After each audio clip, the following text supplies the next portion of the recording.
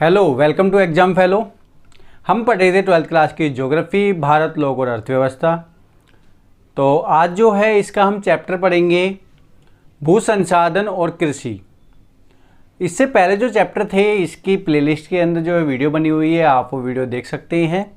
और जो आज हम टॉपिक पढ़ने जा रहे हैं भू संसाधन और कृषि, इसका जो है आप पूरा लेक्चर देखिए।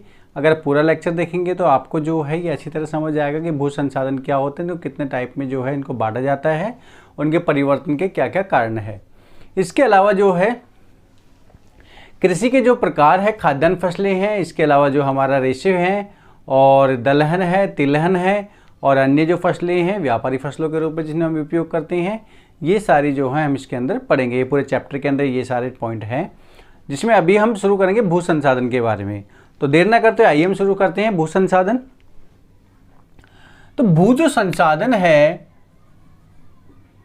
भू संसाधन का लेखा जोखा कौन रखता है और इसकी जो है वो जिम्मेदारी किसकी है, दोनों चीज हम समझ लेते हैं।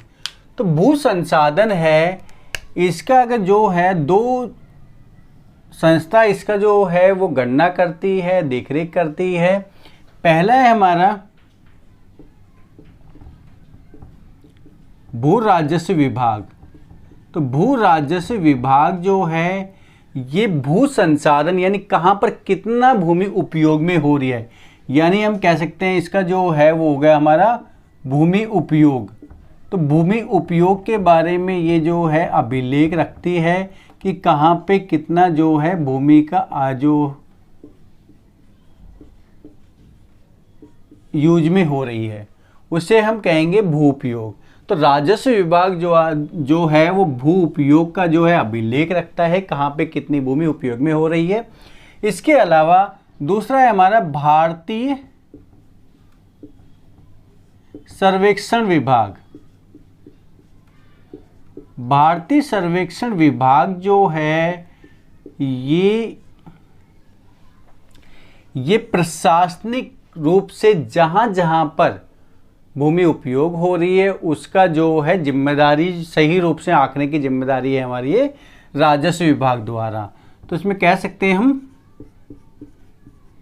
प्रशासनिक इकाइयों की कि प्रशासनिक इकाई जो है इसमें कितनी भूमि उपयोग हो रही है, कहाँ कहाँ पर हो रही है, इसकी जो है गणना या इसकी जो है जांच या इसका जो है वो जिम्मेदारी वो होती है हमारे भारतीय सर्वेक्षण विभाग पर। अब राजस्व विभाग द्वारा जो है राजस्व विभाग द्वारा भू संसाधन को जो है वो उपयोग में हम पढ़ते हैं कि कहाँ कहाँ पर इसका उपयोग जो है वो किया जाता है। तो हमें पढ़ना है भू संसाधन का उपयोग, कि भूमि का उपयोग कहाँ कहाँ पर कितनी मात्रा में किया जाता है। तो राजस्व विभाग द्वारा इसको जो है वो 9 प्रकारों में बांटा गया है। तो 9 प्रकारों में इसका डिवाइड किया गया है इसे, जिसे हम कहते हैं भू उपयोग को। तो वो हम समझते हैं कौन कौन से इसके जो है 9 प्रकार हैं। तो इसका पहला है हमारा वो है वनों के अधीन भूमि। वनों के अधीन यानी वनों के अधीन जो है कितनी भूमि है, कहाँ कहाँ पर वन मौजूद है, वो चीज़ की हम इसमें जो है वो समझते हैं कि कौन कौन सी भूमि इसके अंदर उपयोग में लाई जाएगी। तो पहले तो ये समझते हैं जो भूमि है यानी वनों के लिए जो उपयोग हो रही है, इसको 2 प्रकार से हम समझ सकते हैं। एक तो वो होगा जो वन क्षेत्र होगा, दूसरा है वास्तविक वन क्षेत्र।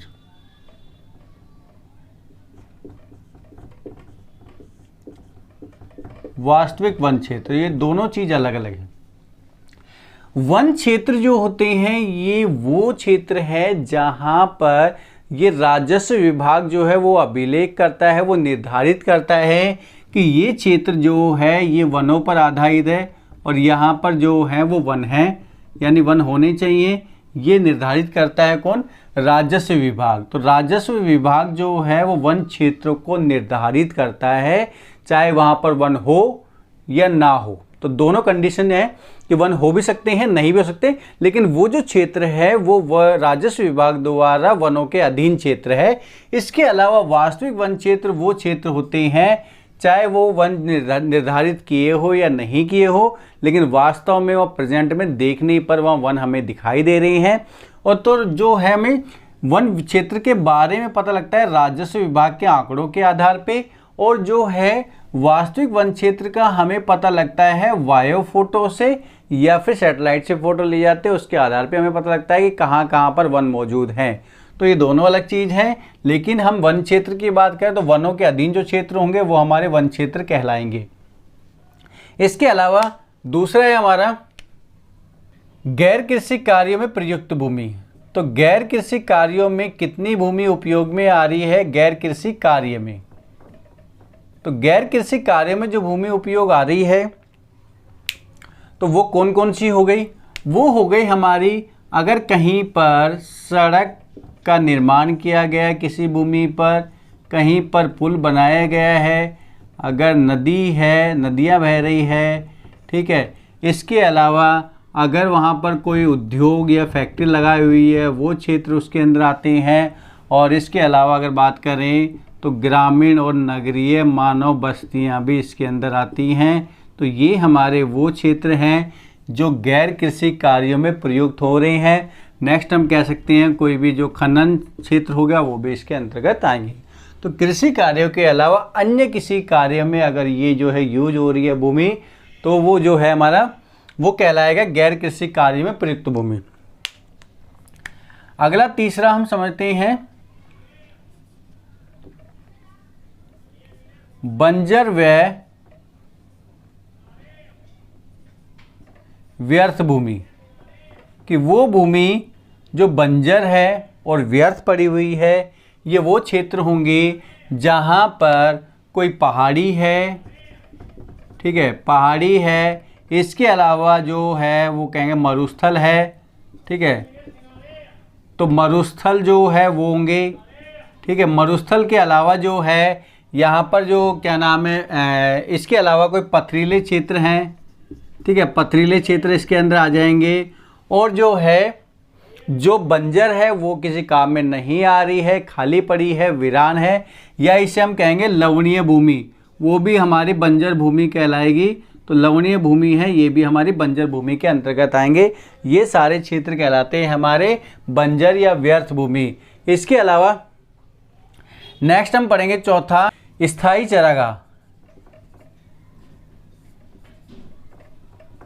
स्थायी चारागाह हो गए, ये हो गए हमारे, ये वो क्षेत्र है जो किसी जो है राज्य सरकार या ग्राम पंचायत के अधीन होते हैं और वहाँ पर जो है वो चारागाह होते हैं जानवरों के लिए, मवेशी के लिए वो क्षेत्र जो है निर्धारित किए जाते हैं। नेक्स्ट हमारा है तरु व उद्यान भूमि।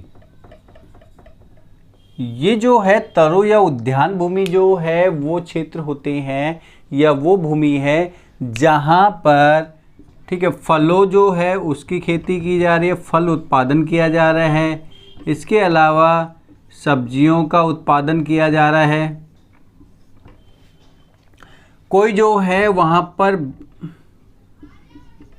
बगीचा है, ठीक है, कोई बाग है वहाँ पर, कोई जो है वो पार्क है, ठीक है।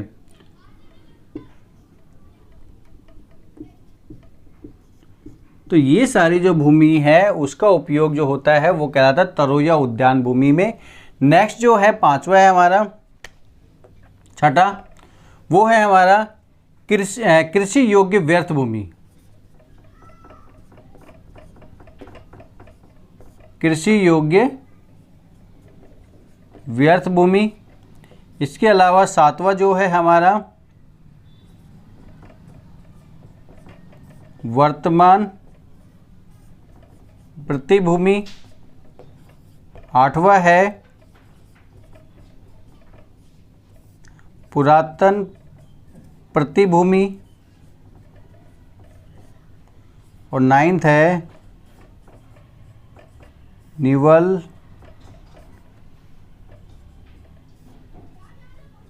बोया गया क्षेत्र।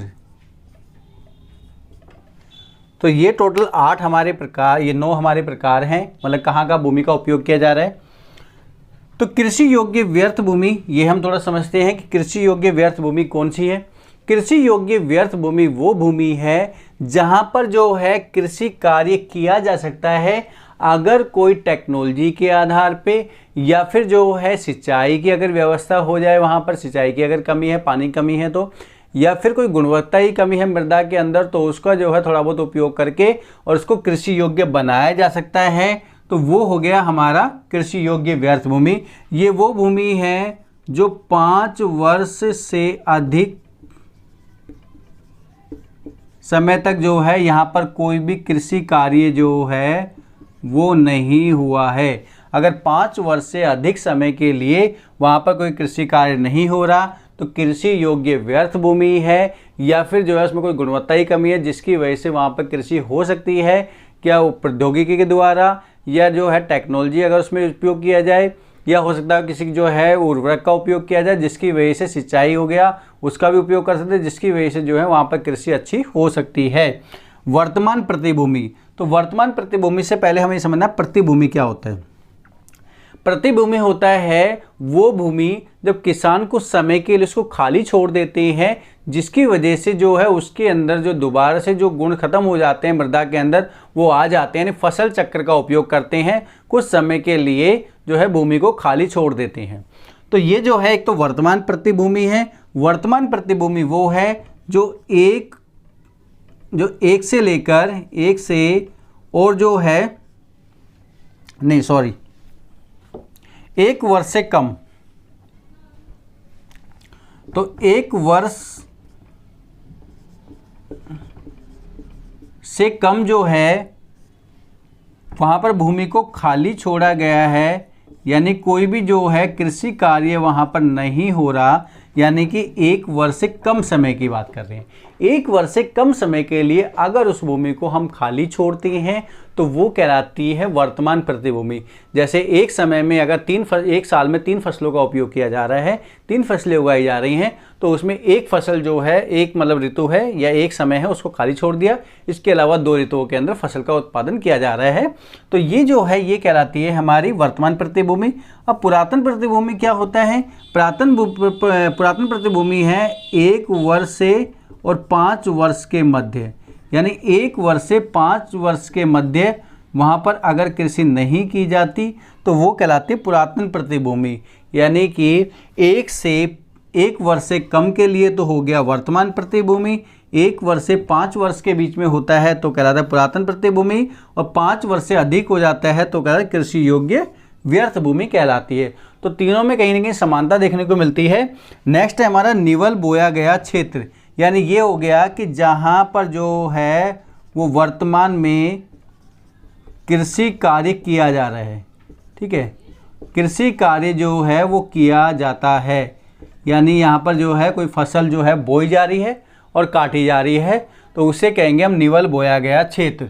तो राजस्व विभाग द्वारा जो है ये हमारे 9 जो है भू उपयोग है, यानी भूमि उपयोग, इसे हम कह सकते हैं भू उपयोग।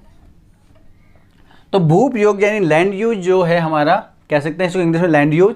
तो लैंड यूज का जो उपयोग किया जाता है वो यहाँ पर किया जाता है, यानी कि जो है 9 जगह पर लैंड यूज का उपयोग किया जाता है, तो इसको हम लैंड यूज कहेंगे। तो 9 जो है इसकी यूज है राजस्व विभाग द्वारा भूमि के, इसके अलावा जो है और कहीं भी जो है भूमि उपयोग में नहीं आती इनके अलावा भी। तो नेक्स्ट हम समझते हैं, तो आप इसका स्क्रीनशॉट ले सकते हैं, फिर आगे हम समझते हैं क्या चीज़ें हैं ये।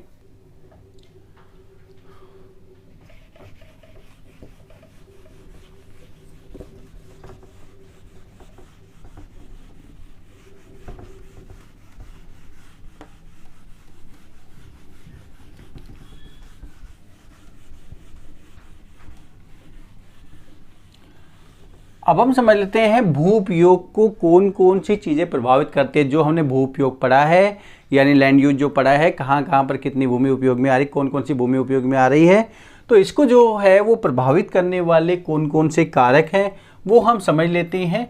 तो प्रभावित करने वाले कारक जो हैं इसके, तो इसके जो हैं वो 3 कारक हैं हमारे, बेसिकली वैसे 2 ही कारक है कि तीनों समझ लेते हैं। 3 कारक है, एक तो हो गया हमारा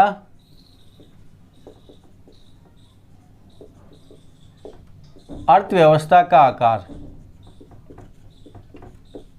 तो अर्थव्यवस्था का आकार हम समझ सकते हैं कि यानी कि वस्तु के उत्पादन से या कृषि की उपज से हम समझ सकते हैं कि जैसे जैसे अगर बात करें वस्तुओं का जो उत्पादन है वो उसमें जो है वो बढ़ता जा, मतलब जो है चेंज होता जा रहा है।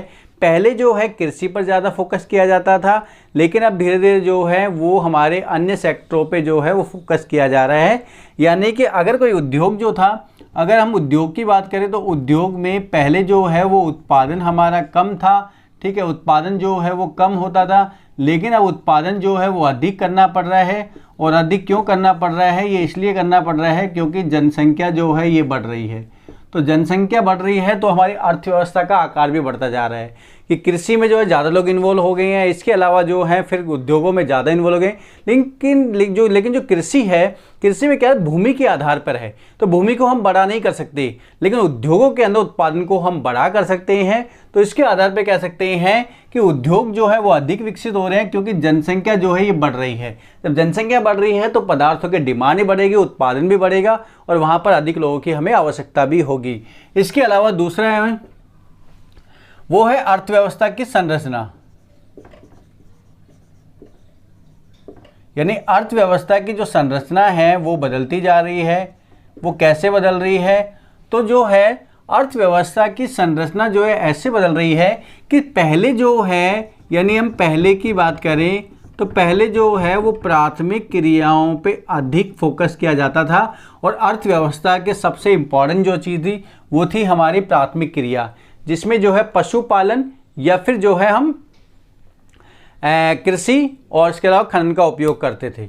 लेकिन अब की बात करें तो कृषि का जो है वो, हालांकि कृषि जो है वो उसकी भूमि की बात करें, भूमि का उपयोग तो वही हो रहा है, लेकिन जो हमारी व्यर्थ भूमि जो पड़ी हुई थी, इसके अलावा जो बंजर भूमि थी, जो बेकार भूमि थी, इसके अलावा हम ये भी कह सकते हैं कृषि की कुछ भूमि जो है वो हमारे अन्य जो क्रियाएं हैं, अन्य क्रियाओं में आ गया हमारा प्राथमिक क्रियाएं, द्वितीय क्रियाएं, तृतीय क्रियाएं, चतुर्थ क्रियाएं, इनके अंदर जो है वो भूमि इन्वॉल्व हो गई है या इसके अलावा उसमें लोग उसमें इन्वॉल्व हो गए हैं। तो भूमि का उपयोग जो है अन्य क्रियाओं में अधिक हो रहा है, प्राथमिक क्रियाओं में अब जो है भूमि का उपयोग धीरे धीरे बदलता जा रहा है, यानी भूमि का उपयोग जो है वो धीरे धीरे कम हो रहा है। तो इससे हम कह सकते हैं कि भूमि का जो है उपयोग जो है प्राथमिक क्रियाओं में पहले कृषि में अधिक था, लेकिन अब अन्य क्रियाओं में बढ़ता जा रहा है। पहले अन्य क्रियाओं में कम था और कृषि में अधिक था। जैसे हम इसको एक बात और समझ सकते हैं कि जैसे जो बड़े शहर हैं, मान लो कि ये जो है दिल्ली है, ठीक है, तो हम दिल्ली को मान लेते हैं। तो दिल्ली जो है यहाँ पर पहले क्या था कि ये दिल्ली जो है वो काफ़ी जो है वो संकीर्ण थी, ज़्यादा विस्तृत नहीं थी 50 साल पहले की अगर बात करें। लेकिन अब देखेंगे कि इसके चारों तरफ जो है वो कॉलोनियाँ और स्थापित हो गई है, जहाँ पहले पुरानी मतलब जो है पहले की दिल्ली थी उसके चारों तरफ। तो यहाँ पर भी जो पहले आज जो है मकान बन गए, कॉलोनियाँ बन गई है। पहले कभी यहाँ पर जो है वो कृषि कार्य होता था, खेत थे, लेकिन आज जो है धीरे धीरे वो कॉलोनियों ने उसको एक्वायर कर लिया है। इस प्रकार से जो है दिल्ली का आकार हमारा बढ़ता जा रहा है। और जैसे कि यहाँ पर जो है गुड़गांव था, तो अब अगर बात करें ये पूरा ही जो है पूरा क्षेत्र जो है कवर हो गया है। तो वहाँ पर हम ये कह सकते हैं कि पहले जो कृषि कार्य में जो भूमि उपयोग हो रही थी, अन्य कार्य में प्रयोग हो रही थी, वो जो है अन्य क्रियाओं में यानी कि जो है उद्योगों में या फिर जो है सेवा सेक्टर के यानी ऑफिस जो है वो खुल के चुके हैं। तो अब जो मैंने अभी भूमि उपयोग बताया, तो भूमि उपयोग के अंदर जो है 9 प्रकार के भू उपयोग थे। वहाँ पर जो है कुछ भू उपयोगों में परिवर्तन देखने को मिला है। तो आपकी जो एनसीईआरटी की बुक है, इसके अंदर जो भू संसाधन कृषि वाला चैप्टर है, उसमें जो है एक ग्राफ दिया हुआ है। तो उस ग्राफ में जो है बताया हुआ है कि कि कुछ भूमि जो है वो पहले से 50 साल पहले और अब की अगर बात करें 50-60 साल पहले और अब की अगर बात करें तो उसमें जो है बदलाव देखने को मिला भू उपयोग में। यानी पहले जो है भूमि का उपयोग वहाँ पर कम हो रहा था, लेकिन अब जो है भूमि का उपयोग उस सेक्टर में ज़्यादा हो रहा है। तो ये कौन कौन से हैं ये मैं थोड़ा यहाँ लिख देता हूँ और आप वो जो है समझ लेना क्या क्या चीज़ें हैं वो। तो एक तो ये है हमारा वन क्षेत्र, इसका जो है वो बढ़ गया है पहले से, इसकी मतलब जो एक तरह का आकार जो है भूमि उपयोग ये बढ़ गया है। दूसरा है हमारा गैर कृषि कार्यों में प्रयुक्त भूमि, गैर कृषि कार्यों में प्रयुक्त भूमि है, उसका प्रभाव जो है वो बढ़ गया है पहले से। इसके अलावा जो है वो हो गया हमारा वर्तमान प्रतिभूमि,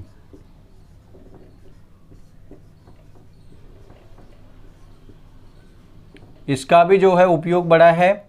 और इसके अलावा निवल बोया गया क्षेत्र,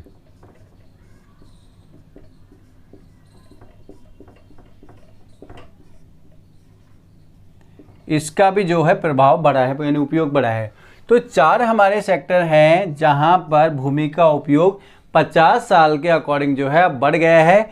यानी कि अगर बात करें 1950 60 से, और अब बात करें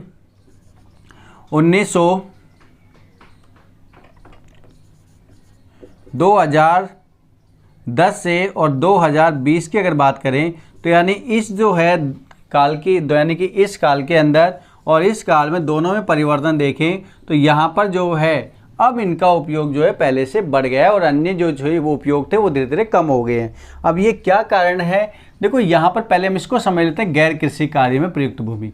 अब गैर कृषि कार्यों में प्रयुक्त भूमि, जैसे मैंने इससे पहले बताया आपको कि अर्थव्यवस्था की संरचना में परिवर्तन आ गया है, यानी कि जो कृषि के लिए जो उपयोग होती थी भूमि, इसके अलावा गैर कृषि कार्य में प्रयुक्त होती थी भूमि, गैर कृषि नहीं मतलब जो बंजर या व्यर्थ भूमि पड़ी थी, तो हम कह सकते हैं जो कि व्यर्थ भूमि थी, ठीक है, वो हो गई। और इसके अलावा जो हमारी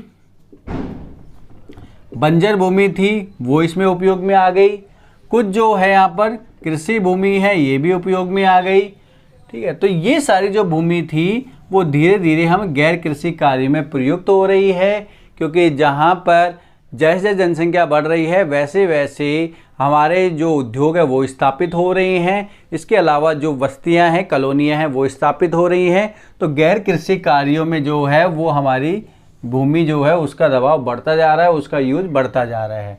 इसके अलावा अगर वन क्षेत्र की बात करें तो वन क्षेत्र जो है वो सरकार के द्वारा, पहले वन क्षेत्र निर्धारित जो थे वो बहुत कम थे, लेकिन अब क्या वन क्षेत्र को कुछ समय जो कुछ सालों से काफ़ी सारे जो है वन क्षेत्र निर्धारित कर दिए गए हैं। अब वन क्षेत्र निर्धारित करने से हमारा जो है इसका यूज यानी इसका जो है वो क्षेत्र बढ़ गया है, लेकिन ये ज़रूरी नहीं है कि वन क्षेत्र वहाँ पर स्थापित किए हैं तो वहाँ पर जो है वन हो या ना हो, लेकिन वहाँ पर वन क्षेत्र जो है वो स्थापित हैं। तो हम ये नहीं कह सकते कि जहाँ पर वन क्षेत्र है वो वास्तव में वहाँ पर वन मौजूद है, यानी वनों की संख्या वैसे तो पहले से कम हुई है लेकिन वन क्षेत्र वो हमारे बड़े हैं।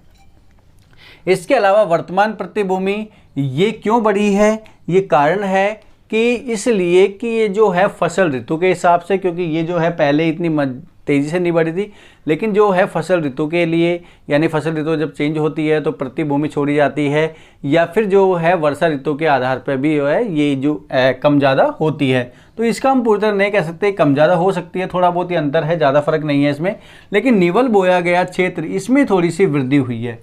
वृद्धि इसलिए हुई है क्योंकि जो है कोशिश ये की जाती है, क्योंकि परिवार जो हैं वो बढ़ चुके हैं, परिवार जो है बड़े हो गए हैं और कृषि का आकार वही है, बल्कि जो है कृषि जो भूमि जो पहले कृषि कार्य में उपयोग होती थी अब अन्य कार्यों में जो है प्रयुक्त होने लगे, यानी भूमि पर जो है कृषि का दबाव बढ़ रहा है और इसकी वजह से क्या नाम गहन कृषि कर रहे हैं। तो कृषि का जो उपयोग है, यानी बात करें तो हम गहनता पर ध्यान दे रहे हैं कि कृषि पर जो है वो अधिक गहन होनी चाहिए, जिससे कि जो है फसल का उत्पादन जो है वो अच्छी तरह से किया जाए, यानी कि जो है एक समय में जो है 3-3 4 फसलें जो भी हम कर सकते हैं, यानी भूमि हमारी खाली नहीं रहे, क्योंकि वहाँ पर जो परिवार भी बढ़ गए हैं, इसके अलावा जो है फिर दबाव भी बढ़ता जा रहा है इसके लिए।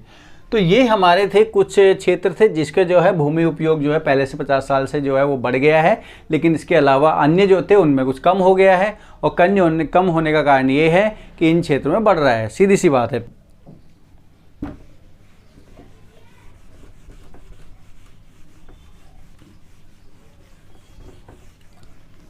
तो तो आगे जो है हमें समझना है साझा संपत्ति संसाधन, कि साझा संपत्ति संसाधन जो होते हैं वो क्या होते हैं। इससे पहले हम समझते हैं कि भूमि को जो है कितने पार्टों में हम डिवाइड करते हैं स्वामित्व के आधार पे। तो स्वामित्व के आधार पे जो है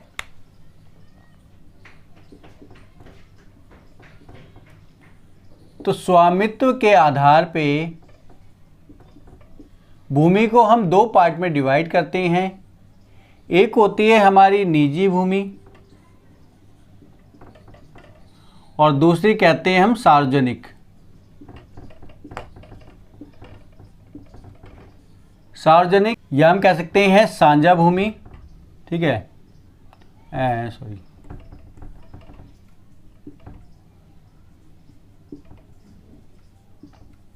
तो साझा भूमि भी इसको हम कह सकते हैं, या फिर हम जो है सार्वजनिक भूमि भी इसको कह सकते हैं। तो निजी भूमि वो भूमि होती है जिसमें जो है एक या एक से अधिक उसके स्वामी हो, उसके मालिक हो, और इसका सारा लेखा जोखा, उसका जो है सारा कार्य, उस पर जो उत्पादन हो रहा है, सारी जो चीज़ है उसकी जिम्मेदारी या उसका जो है काम होता है निजी व्यक्ति का होता है, यानी किसी एक या दो व्यक्ति का उस पर हो सकता है। लेकिन सार्वजनिक की बात करें, साझा संपत्ति संसाधन जो है इसको हम कह सकते हैं साझा संपत्ति संसाधन, जो इसमें बुक में हेडिंग लिखी हुई है साझा संपत्ति संसाधन। ये सार्वजनिक भूमि होती है जिस पर किसी भी जो है वो राज्य का या फिर ग्राम पंचायत जो है इसका हक होता है, और सारा जो है वो कार्य ग्राम पंचायत या राज्य के देखरेख में होता है। अब इसका जो है कार्य क्या होता है, जो ग्राम पंचायत के अंडर में राज्य के जो अंतर्गत जो भूमि है वहाँ पर लोगों के लिए क्या नाम है चरागाह उपलब्ध कराए जाते हैं, मवेशी चराने के लिए, यानी कि जो है जानवरों को चराने के लिए चारे की उपलब्धता होती है यहाँ पर। इसके अलावा ईंधन के लिए, ईंधन की जो है लकड़ी की आवश्यकता होती है, इस क्षेत्र में लकड़ी ले सकते हैं। इसके अलावा जो औषधीय पौधे हैं उनको उगाया जाता है, औषधि पौधे होते हैं वो जो है कार्य में लिए जाते हैं। इसके अलावा यहाँ पर जो है फल का उत्पादन किया जाता है, यानी कि यहाँ पर जो है वो वृक्ष लगाए जाते हैं लोगों के सबके फ़ायदे के लिए। तो ये सारा जो काम है या सार्वजनिक रूप से पंचायत का कोई कार्य होता है तो इस क्षेत्र में किया जाता है साझा संपत्ति संसाधन में। इस भूमि का जो है उपयोग वो जो भूमिहीन किसान होते हैं, यानी कि जो हम कह सकते हैं जो भूमिहीन जो व्यक्ति हैं, यानी कि भूमिहीन जो मजदूर हो गए, उनके लिए भी काफ़ी ज़्यादा जो है वो लाभ देती है। ये वो लाभ इसलिए देती, इस प्रकार से देती है कि जो भूमिहीन लोग हैं, यानी कि जो मजदूर हैं, उनके पास भूमि तो होती नहीं है, और वो जो है पशुओं को पालकर, यानी पशुपालन जो है ये करते हैं। और पशुपालन जो है यहाँ पर जो चारे की ज़रूरत होती है, और चारा जो है वो हमें साझा संपत्ति संसाधन से मिल जाता है मवेशी चराने के लिए। इसके अलावा महिलाओं के लिए भी काफ़ी इम्पॉर्टेंट है, क्योंकि महिलाएं जो होती हैं वो जलाऊ लकड़ी के लिए, ईंधन के लिए जो है यहाँ पर डिपेंडेंट होती है, यानी वहाँ से ला सकती हैं। लेकिन जहाँ पर साझा संपत्ति संसाधन की कमी होती है, जहाँ पर ये नहीं होते, वहाँ पर जो है वो मजदूरों को, यानी कि जो भूमिहीन जो व्यक्ति होते हैं, जिनके पास मवेशी होते हैं यानी कि पशु होते हैं, वो जो हैं वो चारे की तरह से घूमते रहते हैं, और साथ साथ में महिलाओं को भी लकड़ी लेने के लिए बहुत दूर जाना पड़ता है। और जिस जो है इसका जो है एहसास जब होता है जब वहाँ पर कोई साझा संपत्ति नहीं होती या इस प्रकार की कोई व्यवस्था जो है ना हो। तो ये जो है काफ़ी सारे जो है वो बेनिफिट देता है साझा संपत्ति संसाधन, जो सभी लोगों के लिए सार्वजनिक रूप से उपयोग में लाया जाता है। तो नेक्स्ट हम समझ लेते हैं इसका जो है कृषि की अलग अलग ऋतुएं हैं, वो कौन कौन सी ऋतुएं हैं, ये थोड़ा सा जो है हमें समझना है कि जो कृषि ऋतुओं को हम 3 पार्ट में डिवाइड करते हैं।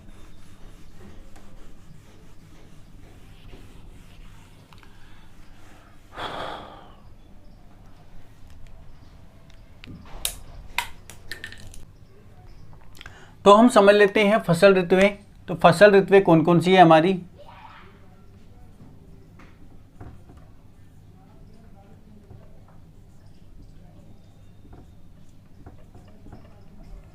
तो फसल ऋतुएं हमारी 3 प्रकार की होती हैं। एक तो होगी हमारी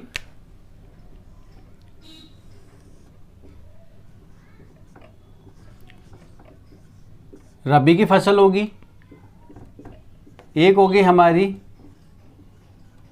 खरीफ, और तीसरी होगी हमारी जायद।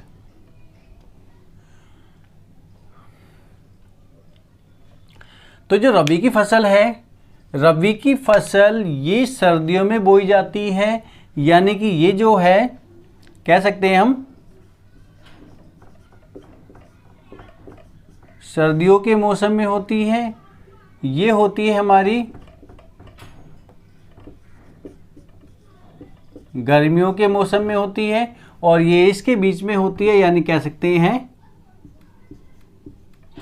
अल्पकालिक, कह सकते हैं इसको अल्पकालिक फसल होती है। अब ये जो है सर्दियों में जो बोई जाती है, ये जो है इसका समय काल होता है हमारा जून से गर्मियों में जो बोई जाती है जून से सितंबर के महीने में, ये इसका जो है समय काल होता है। और ये जो सर्दियों में बोई जाती है वो हो गया हमारा अक्टूबर में बोई जाती है, मार्च के महीने के लगभग ये काट ली जाती है। अब यहाँ पर ये जून से सितंबर तक बोई जा रही है, सितंबर के बाद में जो है अक्टूबर में ये बोई जा रही है, मार्च में ये काटी जा रही है। तो मार्च और जून के महीने में के बीच में जो समय होता है उसमें जो है ये फसल की जाती है, यानी कि अप्रैल में और मई के महीने में हम जायद की फसल जो है ये बोते हैं। अब ये कौन कौन से इसमें उत्पादन होते हैं ये हमें समझना है। जो खरीफ की रबी की फसल है, रबी की फसल के अंदर जो है वो होते हैं हमारे गेहूं का उत्पादन होता है, सरसों का उत्पादन होता है, चना हो गया, जौ है, इसका उत्पादन जो किया जाता है वो हो गया हमारा रबी की फसल में। खरीफ की फसल जो है इसमें हो गया चावल, इसके अलावा गन्ना, कपास, जूट,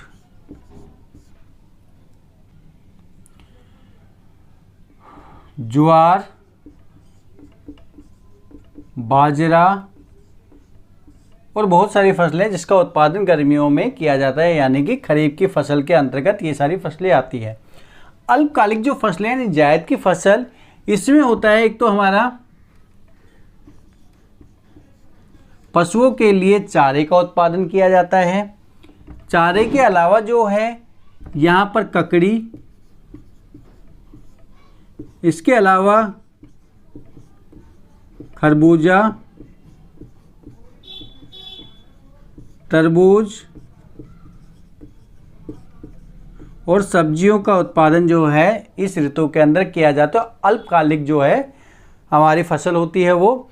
अब यहाँ पे जो गर्मियों के समय जो हमें मिलता है, यानी अप्रैल से लेकर मई के महीने में जो हमें फल मिलते हैं, यानी ककड़ी हो गई, तरबूज हो गया, खीरा हो गया, तो ये सारी जो चीज़ें हैं उसका जो है उत्पादन जो किया जाता है वो जायद की फसल कहलाती है। तो ये हमारी कुछ फसल ऋतुएं हैं 3 प्रकार की, रबी, खरीफ और जायद के बारे में। ठीक है, तो आप जो है इसको स्क्रीनशॉट ले सकते हैं, फिर मैं इसको मिटाता हूँ।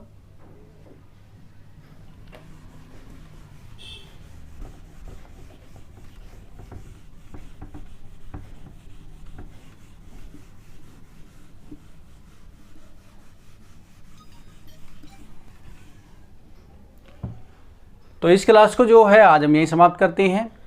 अगली क्लास के अंदर हम जो पढ़ेंगे वो हो गए आर्द्रता के इस अनुसार जो है कृषि जो है वो कितने प्रकार की है, यानी कि हम आर्द्रता के अनुसार जो है कृषि को कितने प्रकारों में बांटा गया है।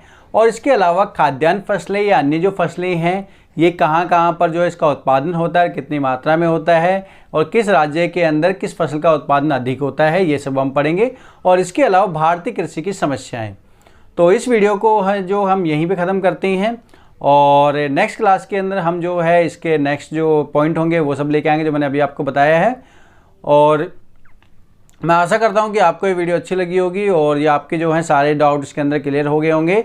और इससे पहले जो भी जितनी भी वीडियो थी, ठीक है, जितनी भी क्लासें हैं आप इसका डिस्क्रिप्शन के अंदर जो है मैंने लिंक दिया हुआ है या फिर प्लेलिस्ट में जाके आप सब देख सकते हैं। तो अगर आपको ये वीडियो अच्छी लगी हो तो जितना हो सके इसको शेयर कीजिए, इसको लाइक कीजिए और इसको सब्सक्राइब कीजिए, क्योंकि जितने ज़्यादा जो है देखो मोटिवेशन मिलेगा उतनी ज़्यादा जो है अच्छी तरह से वीडियो बन पाएगी, वरना हर कोई डिमोटिवेट हो जाता है कि क्या होगा क्या नहीं होगा आगे। तो ये जो है वीडियो मैं यहीं ख़त्म कर रहा हूँ और आगे जो है ये आप ये वीडियो पूरी देखते रहिए और आपको जो है पूरे सिलेबस के अंदर जितने भी टॉपिक हैं वो सारे मैं इसमें कवर कराऊंगा। और उसके बाद में जैसे हमारी ये बुक ख़त्म होगी उसके बाद से सेपरेट टॉपिक अलग अलग जो हैं जो कॉम्पिटिटिव एग्जाम के आते हैं वो भी मैं धीरे धीरे कवर कराऊंगा। तो कीप वॉचिंग, देखते रहिए।